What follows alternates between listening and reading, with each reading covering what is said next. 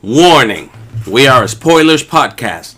At times we are also an offensive podcast. And we are most certainly a verbally explicit podcast. So if you fear for any of your delicate sensibilities, please back up now before you reach the point of no return. Alright, pussies, this is your final warning.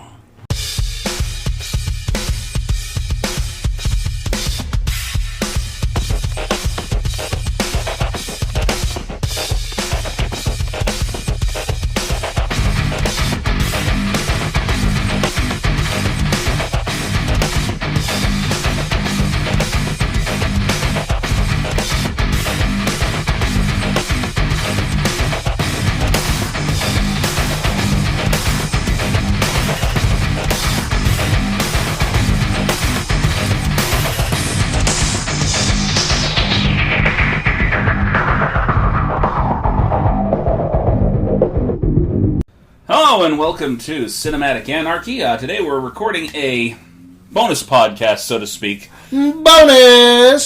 So today's podcast is mainly to allow Seth to speak his mind about a few movies that he slept through.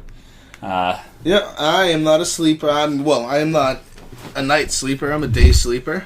Well, we as a collective have realized that when we schedule nice and early morning sessions for us to record, Seth is usually at home and making out with his pillow. So that's disgusting. It's very drooly and stains, all and that loud. sort of. Chisel a little bit of that night crust off, whatever you're doing with that pillow. I don't know. Snoring. Okay. As long as it's all from the snoring. So we have a total of 3 movies that Seth managed to sleep through the recording sessions for, only 2 of which he actually watched. So those would be Bulletproof Monk and last week's session, which was for Brawl on Cell Block 99. Brawl on Cell Block 99, that's right. Because you actually came by the house to watch that particular film and then went out drinking the night. And instead of going home and resting up so you're there bright and early, you went out and you did what Seth does. I partied like it was 1999. Yeah, all us losers at home sleeping, getting rest for the podcast, and you were out partying. Yeah. All right, so let's start with what you said was one of your favorite movies. We'll start with Bulletproof Monk. Mind you, so this is a movie that I personally picked. Like, I was like, let's do Bulletproof Monk, and I got the okay from everybody else. Everybody's like, yeah, let's do it. And something happened. I'm not entirely sure what had happened that day. It might have been a party day. It could have been I just slept through my alarm. Who knows? But I never really got a chance to talk about how much I personally like that movie. It was definitely, like, growing up, top 10 movies. Not just because it was Stifler. you know what I mean? Like, that was, I think, a consensus between a lot of us. We had a little bit of trouble initially separating Stifler from the character, but like as the movie went on, honestly, he did a really good job of not being Stifler in that movie. Right. I mean, he had Stifler moments, you know what I mean? Like, even when he did, like, things like The Rundown, he was still Stifler. But in this one, he kind of, like, branched out, and he was, just a petty thief. Right. You know? I think, like, the one movie that I watched with him in it, with Sean William Scott in it, that was almost, there was no distinguishing between Stifler and that character, was, actually 2 of them. Hey, dude, where's my car? Dude, where's my car? And then the other one was Evolution. I don't think I've seen Evolution. Yeah, you saw it with me. I thought you watched that here. David Duchovny, Orlando Jones. No. No? I don't think that Okay, I'll make you sit down and watch that sometime. You got another person coming over here watching movies? What's going on? Well, you got to share me. There's a lot of people that watch movies with me. I can't be a one movie watching guy, you know. These hoes ain't loyal. Sometimes they come over in groups.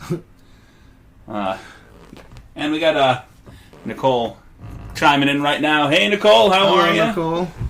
Hopefully, this one will actually come up, because this past weekend we actually recorded with Nicole and Omar, and when we tried to upload the video to Facebook, the last 3 seconds is all that uploaded. Nice. We were fucking pissed. Well, third time's the charm. So we got one more to go. So just in case you're wondering what I was just doing, we actually have our live feed up for Facebook, as well as we're doing a small recording session here. Which, sometimes I think you should take a look at the live feeds, because we have facial expressions sometimes that are just like, what? Or like we're pausing and you can't tell. We're contemplating our next move. Well, it's not all dead air. Occasionally, somebody's sucking their thumb because they'd been insulted a little bit too much and they just couldn't handle it, crying like a baby in the corner, back and forth, Which rocking never and rocking. Happens. No? No. You've never cried?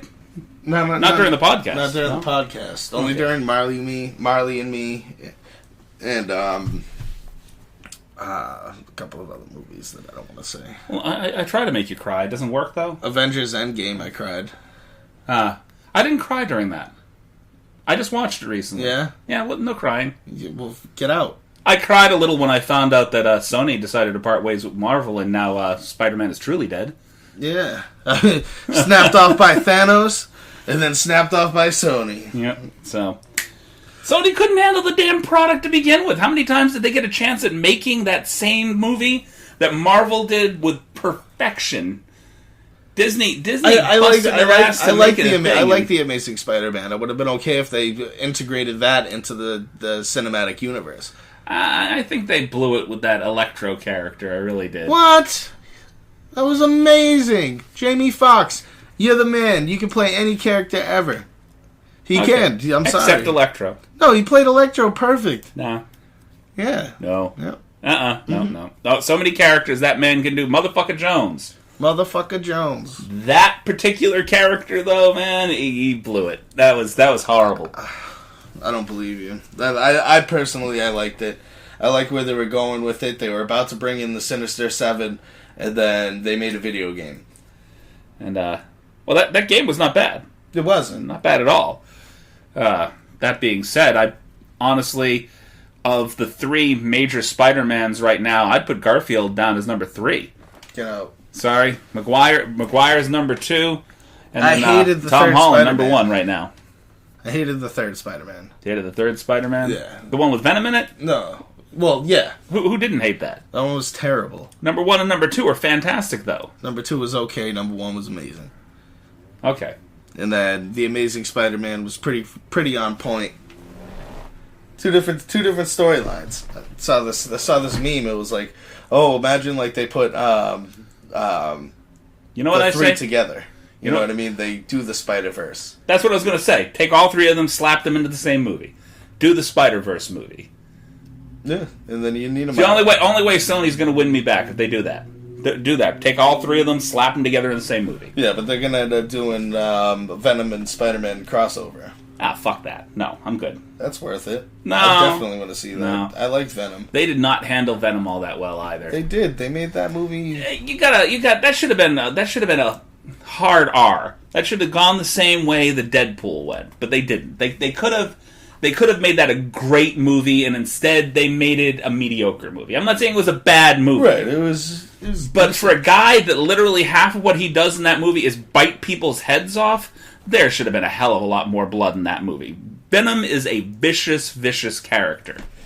And especially if they bring Carnage into the whole mix, if they don't make the next one a hard R, then... if they bring Carnage in, because he's supposed to be the anti-hero. Right. You know what I mean? So they're trying to play it up, give him... essentially they want to give him that life. You know what I mean? So where you want to like him, you don't want to just hate him. So when they come out the next movie, and he's finally accepting him, and like at the end of it, they finally had they're in the store, and he's like, fuck it, I'm just gonna eat him. You know what I mean? Right. So he becomes a bad guy. So it's like you still like him. Well, he's a bad guy that kills bad guys, basically. Yeah. So, like, in the next movie, he could be way more gruesome. You've already accepted him as who he is as a character. Right. So that could be a hard R. Yeah, I'm really hoping. I mean, even if they do a crossover with Spider-Man, they need to go hard R with it, because this, even if they're not making him quite as snarky as Deadpool is, you can't. Just the violence should have been ramped up so much more, because Venom is not exactly a lightweight character. He's not Spider-Man. Right. You know? But the thing is like this was his origin story. Now that the origin story's out, now you can play with the character a little bit. There should have been more blood and violence before he figured out how to get the damn thing under control. I'm just saying. Symbiotes. They're symbolic to your inner self. Okay, we've gotten way off subject. Yeah, way here. off So subject, we're talking okay. we're talking Bulletproof Monk right now. Yeah, I mean, I don't know. What was your favorite scene in the movie?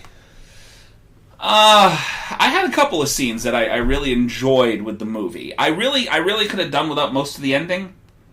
I mean, everything up until that last bit with the old man, with the old Nazi, I was really good with. I think one of my favorite scenes was probably the underground fight scene, that initial scene shortly after he stole the scroll, where he meets up with... Funktastic. Yeah, Funktastic. I'm trying to remember the girl's name. Shit. Some sort of weird name. Something or other. Anyway, that initial fight scene was probably my favorite scene in the movie. No, I like that one. I liked the Buddhist monk's initial philosophy, like how he asked him. He's like, "Yeah, you have why do hot dogs come in packages of 6 and buns only come in 8 or 12, or whatever?" You know what I mean?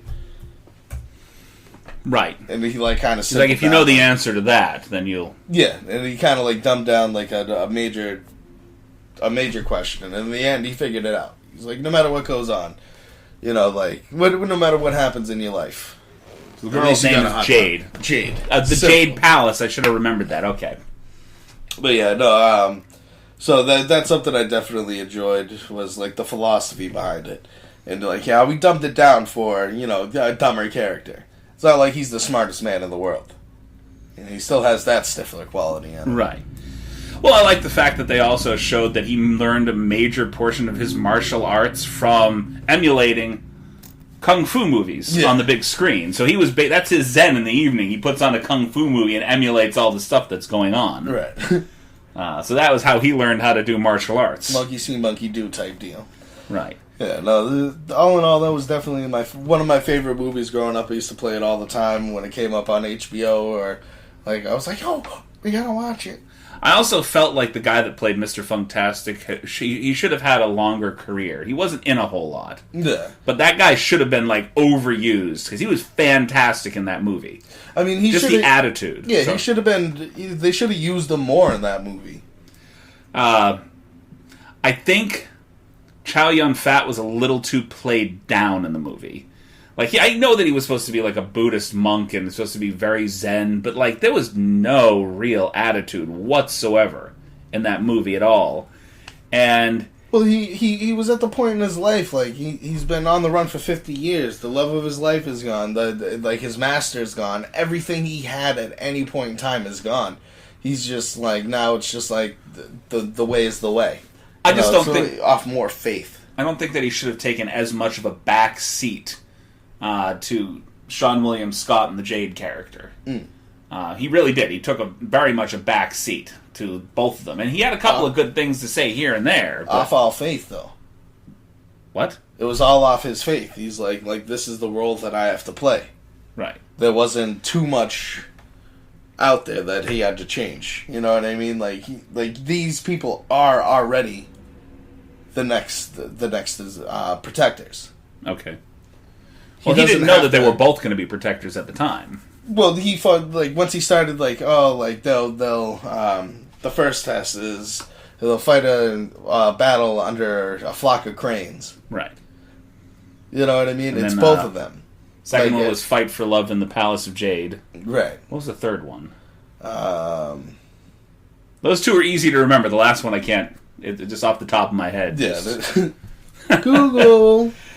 That being said, I mean, fantastic film throughout, honestly. I mean, even though the ending was a little lackluster, I didn't really appreciate the fact that literally Jamie King, Jade, really was not a big part of it, the ending. Because if they're supposed to both be the protectors, why wouldn't she have them? Not until, like, the very end. Right. Like, literally the very end. She, like, came in last second. I feel like she should have had a bigger part in the ending. So, I mean, and Jamie King herself is a fantastic actress. Yeah. I know I keep saying fantastic. Fantastic. It's a little repetitive. I'm kind of a broken record sometimes. Sometimes.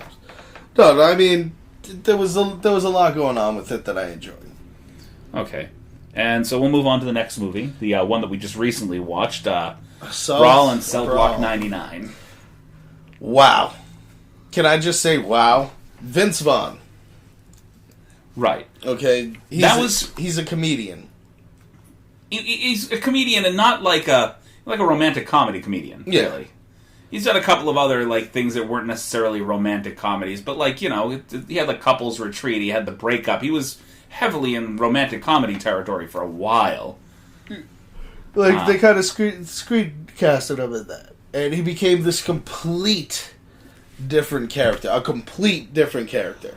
And then the thing is that we all of us went into this movie expecting just low expectations because it's a Vince Vaughn flick. Right. I'm expecting something that I'm like, oh god, okay, Vince in a prison movie that was laughable. And kind of like the Longest Yard type deal. I was taken completely off guard. Honestly, I thought that it was going to be pure garbage from beginning to end, and I was very pleasantly surprised. Yeah. I mean, to start off the movie, what I liked about it, it kind of showed a real love in nowadays. You know what I mean? You have the husband constantly working, not home. You know what I mean? So then you have the wife that kind of strays aside and cheats on him. Right. You know what I mean? And that breaks it down to are you either gonna stay or a fight or flight type deal? Either you stay and you work it out, or you fix the problems, or you run.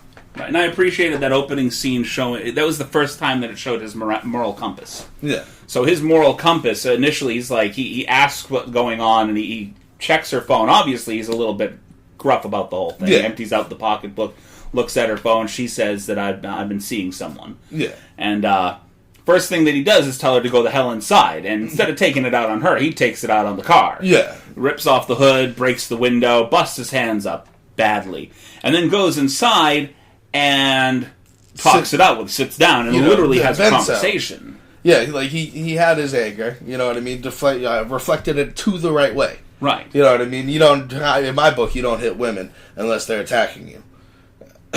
Right. And he went through all the motions. Self-defense, guys. For a guy that shows a lot of aggression in the movie, they showed that he had enough of a moral compass to kind of sit there and go, "Hey, look, do you love the guy? Do you plan on being with him? This is going to continue? Mm-hmm. No, then we need to work this out." And then she goes to give him a hug. Or right kiss or whatever. It's no. You give me a little bit of time before you approach me, please. Right. Because he knows how he is. Yeah, and but also that's where it made the decision. He's I'm working this job. I'm not making any money. I have the opportunity to make money, and at this point, well, he wasn't. It wasn't that he just wasn't making any money. He got fired. Yeah, he was let go. Well, all right, but and even they gave him the bullshit working excuse they give everybody else. But even so, he wasn't making money. No. They were scraping to survive. And he's you know what? I'm gonna end up going over to work for him. And she's you promised me you wouldn't. And he's yeah, well, you also promised me you'd never cheat on me, bitch. Kind of gave it well, he didn't say that, but, but you could you could feel it.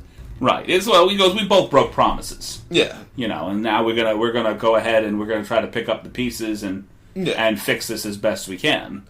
And what they didn't do. It was let's have a baby. You know what I mean? That just happened to happen. That just happened to happen, yeah.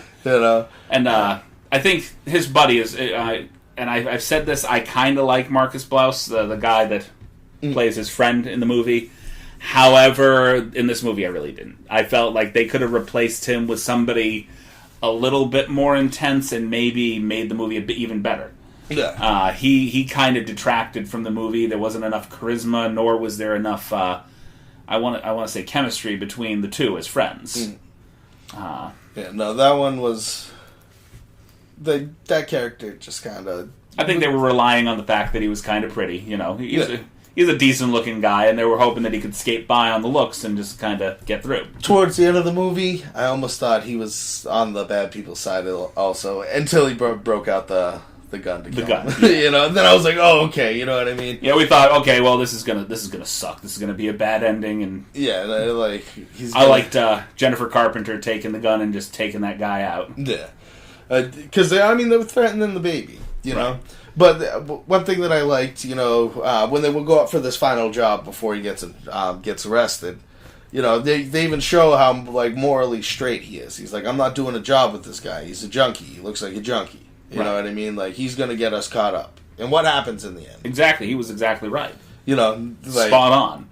And he even had enough of a moral compass. He was like, I'm going to walk away from this. He tossed the stuff. He was like, I'm walking away. I'm not even dealing with this. And well, initially he was tossing the stuff like, well, let's put this here. We can all escape. Right. Come back for it later. Right.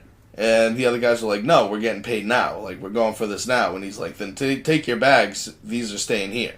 You know what I mean? Like, I'll come back for these. And then the cops ended up showing up. If they just dropped those off in the water, they would have been perfectly fine. Yes, my first thoughts was when he turned around, I thought he was going to get into the fray with these two guys and start firing on the cops, and he did the other thing. And he took out his two drug-running buddies and said, you know, I'm just going to do my time. I'm not going to give anybody up, but you guys don't need to start a firefight with the cops on top of it. Right, because that's not who he is. Right. Yeah, he's doing criminal activity, but that's to live a better life, which a lot of people out here, not everybody, but a lot of people out in the streets, it's what they're doing. They're doing it to live their life. They're not doing it to... Well, a lot of people are out there, I'm a gangbanger, I can do this, I can do that, but at the end of the day... And a lot of people are kidding themselves. Yeah, but then you have what I consider a real criminal. You know what I mean? Like, kind of... Like, I'm doing this to survive. You know, there's nothing you can do to stop me from survival. You know? But, you know... Well, there was one thing, apparently. So, but that being said... Then they end up bringing him to... putting him through the court system. His lawyer's like, you'll only get 5 years. I was 7. He said 5 initially. Right, and he actually knew what he should have gotten, and then ended up giving him 7 years. That's right. They gave him 8. Did they give him 8? Yeah. Okay. So they ended up giving him 8 years, which was 3 more years than he thought his maximum was going to be. Right. And he's like, damn. Like, well, you know, I'm here. You know what I mean?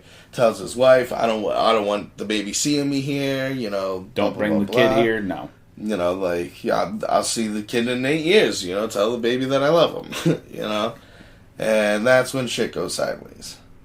That was it didn't really go sideways.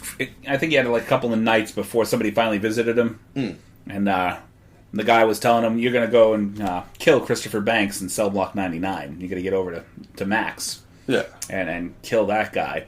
And he was like, I don't want to do this. What are you talking about? And he's like, well, he goes, if you don't do this, and he shows him that picture of his wife on the cell phone and says, I have a guy over there, and he's an abortionist that knows how to go in and sever the limbs from an unborn fetus and leave the child alive.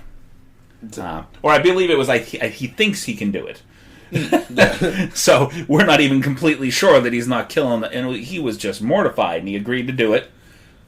I mean, it's not even that he agreed to do it right then and there, but, like, once again, with his moral compass, it's like, this is something I have to do. Right. And he just thought up a plan as he goes on.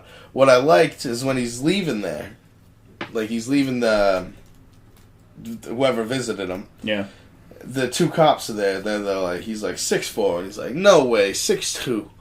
And then he walks by, and he's like 6'5", and he's like, maybe. Like, it's to show that he's a giant, you know what I mean? Big guy. Yeah. But I think from there on out is just when the movie picked up steam. A lot of steam. He got in the scuffle with that cop that was trying to get him into the boxing arena, broke his arm in, like, the most vicious way. Yeah, well, it's like, I have to get to this place. And then he knew that he had to keep going, too. He didn't want to kill anybody, but he wanted to be as violent as possible to make sure that he went away. Didn't just get put in the hole somewhere. Right. Which ends up happening. They end up sending him over to the prison block 99. No, they didn't send him to prison block 99. So they sent him to the max. Oh, yeah. The prison block 99 was the cell block within the prison. It was a prison within a prison. Is what they call it. Which is basically their words for saying, we're going to torture the fuck out of you. Yeah. This is where we put guys that we feel like having a little bit of fun with. And that's the first room that they put him in is literally shit. It's a shithole. Yeah, shit all over the walls. Dirty mattress, shit all over the walls. The toilet doesn't work. It's full of shit. And he has to take his shirt off. To cover up the smell. They bring him his food. He goes, I can't eat in here. Like, the whole place smells like shit. And they're like, alright, he refuses to eat. And then the one time they put him in the yard. Right. He's like, he asked around, like, they put psychopaths over there. And he's like, well, then I'm a psychopath. Well, psychopaths don't typically call themselves psychopaths. That's true. I mean, he doesn't, you don't really admit to it if you're a psychopath. You just act like a psychopath. What I did like, the movie that I ended up watching was the Seven Psychopaths. I ended up fully watching that the other day. I actually just finished that the other night, too. Did you watch, like, the end credit scene? There was an end credit scene? Yeah. No, I did not. You're gonna have to watch that one. What was the end credit scene? They call the guy with the bunny. That's right. The guy with the rabbit calls and basically says he's going to kill him for not putting his telephone number up in the end credits, and then he what did he say? He backed off last second. Yeah, like he's like, okay. And he's like, you sound different. He's like, yeah, I guess. And he's like, okay. Like he's just like, all right. Well, this guy's broken now. Like he's a psychopath now. Like he's one of me. Like I'm gonna let him live. We'll let him be.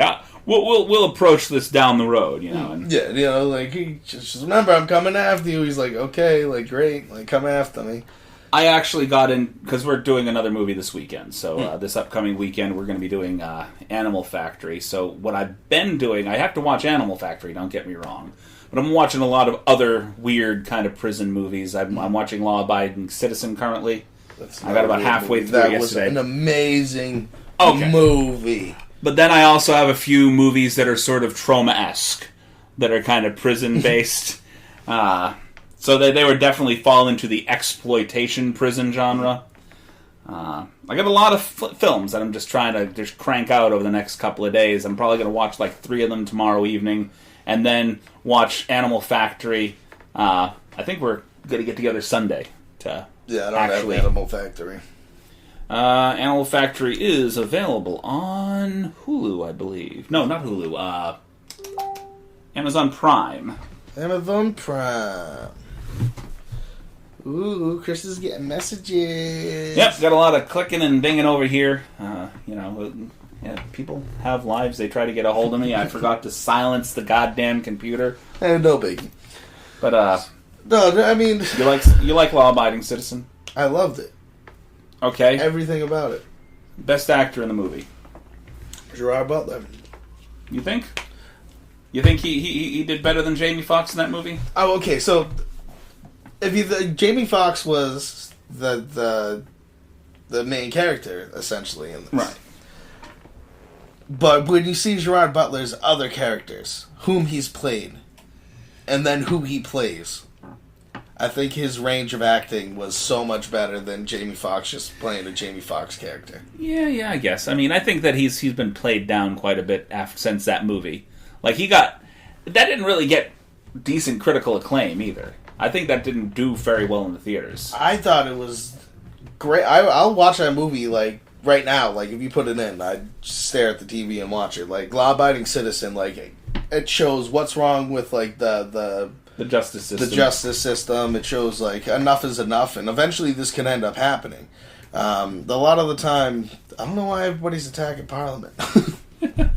I guess Parliament's where it's at, guys. Don't quote me, but but it shows, like, there's so much wrong with it. And what I liked is at the end, when he sits down, when he finds it, when he calls and he realizes that the bomb is in his room, right? And he sits down and he's like, yeah, I made a difference here. Whether people are gonna see me as the bad guy, I made a difference. Because he's no longer going to just give somebody the 5 years to get the maximum conviction rate. Right. He's going to make sure that he pursues these people correctly. I haven't really gotten through to the end of the movie yet, though. I've watched it. It's been a while. No, I mean, it's been a long time since I saw Law Abiding Citizen. Like, maybe even around the time that it originally was released on DVD. So I'm re-watching it right now just to kind of refresh my memory. But I realize there's a lot of really great prison flicks out there. Like, there's one, it was a remake that I'm looking at remake that I'm looking into watching for Papillion, which is pretty good. It stars the same guy that does Mr. Robot. He was also in, he was Freddie Mercury in the Bohemian Rhapsody movie. Yeah. So he's like the lead actor in that. And I remember loving the original Papillion movie, and I'm really interested in seeing... I hear that this adaptation or this remake did not live up to the original at all, but that doesn't prevent me from watching pure garbage. Nothing ever has. Yeah. I've watched shit before and loved it, and I'll probably watch shit again and loved it. This is loved true. It. No, I'm surprised for this particular month we didn't do the escapes. Right, the Escape series. I think we might just treat that. We might do like a couple of lengthy episodes, like just knock out a trilogy, like do a whole month worth of trilogies where we knock out a trilogy and talk about the trilogy at length. As long as we don't do Paranormal Activity. No, I'm good. I'll fall asleep during each one of those. But I know that next month we're doing we're doing one trilogy next month, the Basket Case trilogy, and that'll be done in 2 episodes. So the first Basket Case is going to be done in 1 episode, second Basket Case and third will be done in another episode. And then Brain Damage, which I still am trying to get you to watch. And the first movie that we're doing, we're going to have a guest, Miss April, and we're going to be watching Frankenhooker with her. And by far one of my favorite Frank Henenlotter movies. Obviously, it's probably goes like Brain Damage, Basket Case, then Frankenhooker, then the 2 sequels to Basket Case. And then, right there... That's pretty much the end of his career. There's not a whole lot else. Then right there is Chris's balls. Just all... mashed underneath all of that? inside all the movies. Okay. Balls. He loves Frank. Yeah, Frank Henenlotter is fucking fantastic. I'd love to meet the guy, but, he's not exactly in my area. Maybe if he does, like, a convention close by, that would be fantastic. I would let blood for that. Just, here. It's gonna be... You need a few pints. I just want to meet the guy. Chris going, he loves you! He loves you! I'm wearing leeches on my nipples just because I wanted to meet you! No leeches, no, on the nipples. We can do leeches if you want. I mean, whatever floats your boat. My nipples itch just saying that. Leeches numb. Leeches numb it up. Numb it up. Right? Numb it up. Well, it's not so much them getting on you; it's about removing them that's the pain in the ass. It's so. What I did want to say though for the brawl, Cell Block 99, I did not like that the warden killed him in the end. You kind of saw it coming, though. You kind of...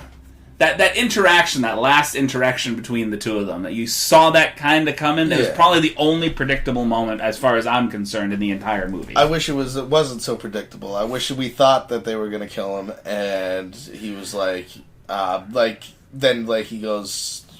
like something, you know what I mean? The second the guy said, "Put your hands above your head," and he turned around, I knew it was going to happen. Yeah. I knew that the warden was going to pull the gun and shoot. Yeah. But, and can I say, probably one of my favorite performances by Don Johnson.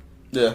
The warden. I don't really like Don Johnson all that much, but this was a good role for him. Yeah. No, like, I was upset, you know what I mean? Like, he's like, listen, like, I'm going to wait for this phone call, and once I get this phone call, you're going to do this. And then he's like, yep, and I'm killing this guy right now. I still got 30 seconds, you know what I mean? Right. And like, I felt like, maybe... They say that the head can still function 10 seconds after it's been removed, and he decapitates them into the toilet. He's like, I really hope so. And then it's just like, I was just like, shit, like, Vince fucking Vaughn, like...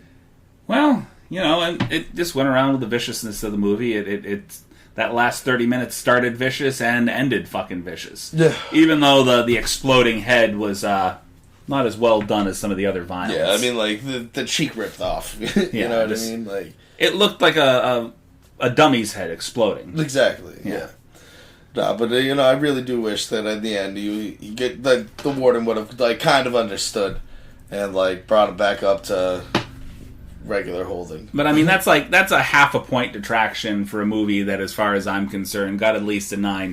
Would get a 9. That was amazing.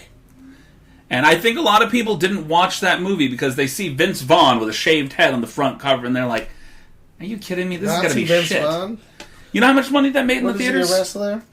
No. About $7,700. How much was it for production? I want to say it was a couple million, if I'm not mistaken. It was not a cheap movie to make per se, but it didn't make anything in the theaters. I can check that out real quick. But yeah, it made nothing in the theaters, and I'm thinking that, I mean, with it just being $7,000, it was probably just a special release before they decided to release it on in streaming and Blu-ray and all that.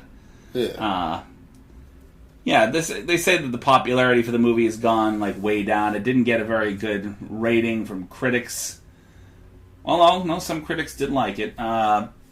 Cumulative worldwide gross is around 64,400. You know what? IMDb isn't giving me the correct information. You think that you can get all that information from the master source, but of course, this is what our website should be. Well, they charge for it. If you want to get all that extra information, we'll charge less. You gotta pay for IMDb Pro, and I didn't really feel like paying for IMDb Pro. So let's see.